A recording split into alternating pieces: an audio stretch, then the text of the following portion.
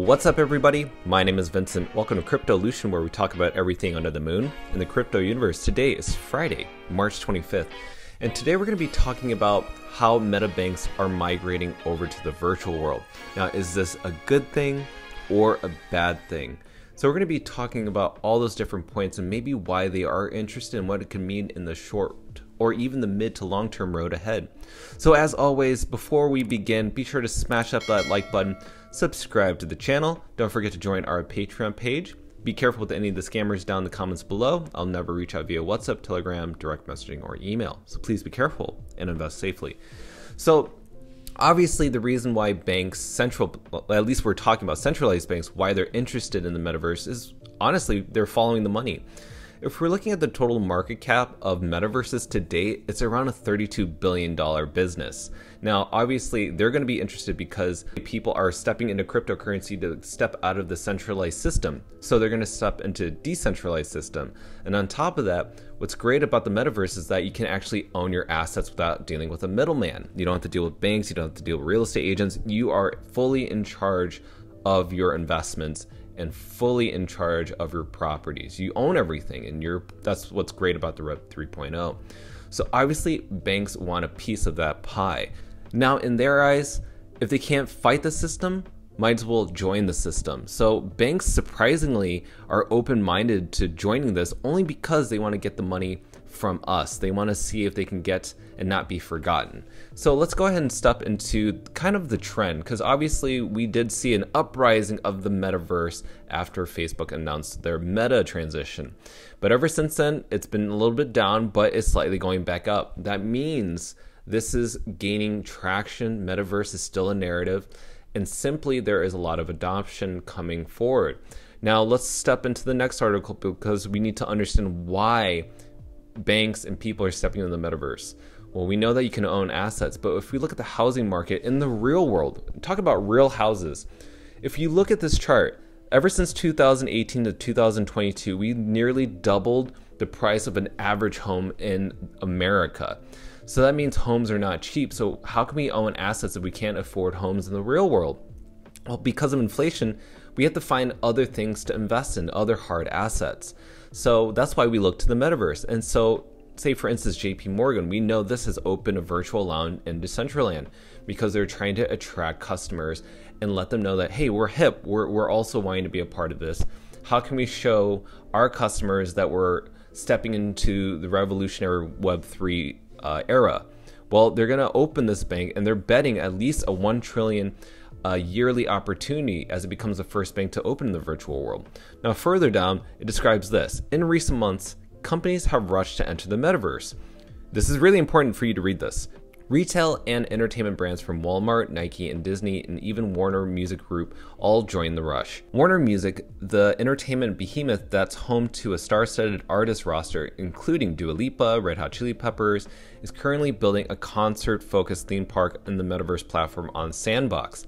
But luxury brand Gucci has purchased land on the same platform to develop a space to host an immersive experience and offer digital fashion items for purchase, targeted at Gen Z specifically. Now, the Sandbox has already cultivated over 200 partnerships with companies, brands, and individuals, including rapper Snoop Dogg, sportswear from Adidas, and also gaming companies like Atari.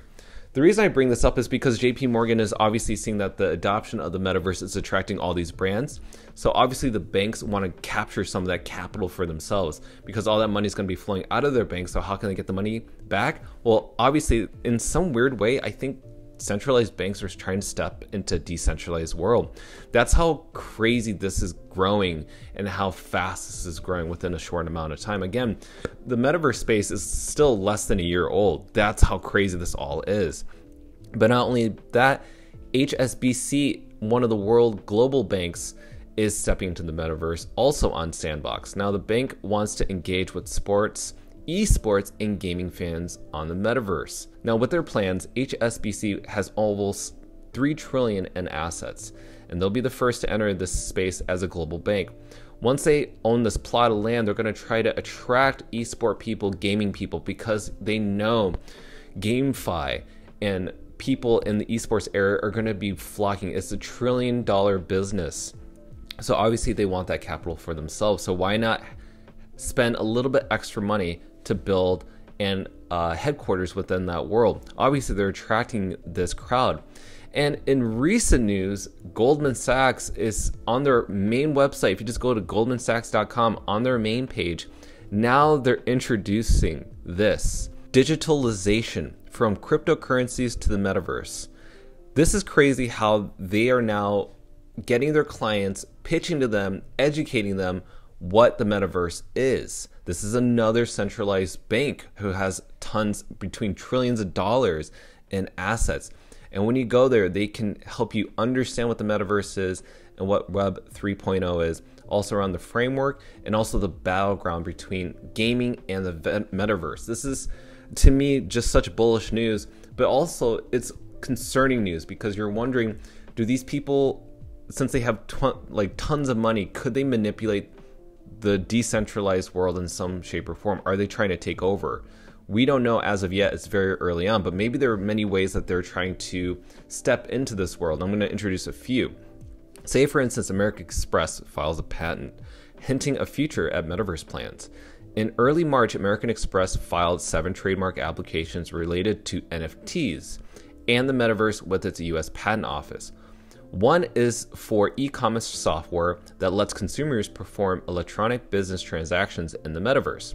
Another is for the provision of an online marketplace for buyers-sellers of digital media, namely non-fungible tokens.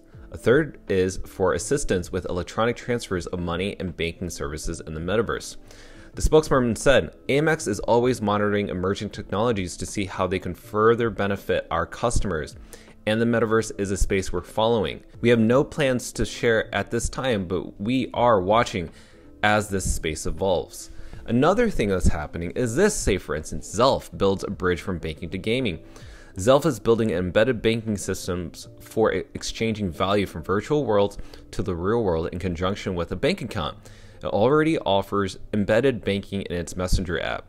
So in a typical scenario, a 17-year-old boy that might have $2,000 in tokens inside of a video game but needs $50 in the real world for a date, Zelf would have to hold those game tokens in an escrow and provide the player with a payday loan. If the person couldn't repay, Zelf would sell the game tokens on its marketplace to other players to compensate for the loss. So loans, this is crazy. Like, now we're talking about how loans could be offered to people. But this is actually a great article right here that I want to share with you. So I want to share with you the short-term and mid to long-term perspective of what banks could be doing in the space of the metaverse. Now, in the short term, this can take multiple approaches. One is to focus on engaging customers in the existing open metaverse. Banks can identify, this is a little bit scary, banks can identify potential customers, onboard them through crypto wallets, and provide payments, lending, and custody services. Now, the reason I get a little wary of this is because the reason we have decentralization is because we want our wallets to be anonymous. We don't want people to monitor our traction, where we are, how much we spend. So if banks are trying to do this, they obviously are going to fail at that because they are going at this in the wrong way. They're trying to bring the centralized protocols into a decentralized world. That's just not how it works. So good luck with that. TerraZero offers metaverse mortgage for clients who wish to buy real estate in the metaverse. Industrial Bank of Korea is expected to enter the SeaWorld metaverse platform to offer a range of financial products in the virtual market, such as an IBK Dotori bank account. Can you imagine opening a bank account in the metaverse? That's crazy. It's also an opportunity to address new customer segments like creators, gamers, and artists, aggregating multiple sources of income, student loans. Now, and just in that perspective, yes, the thing is, I think people want to step away from taking loans. I think we're smart enough not to, take on any borrowing of money.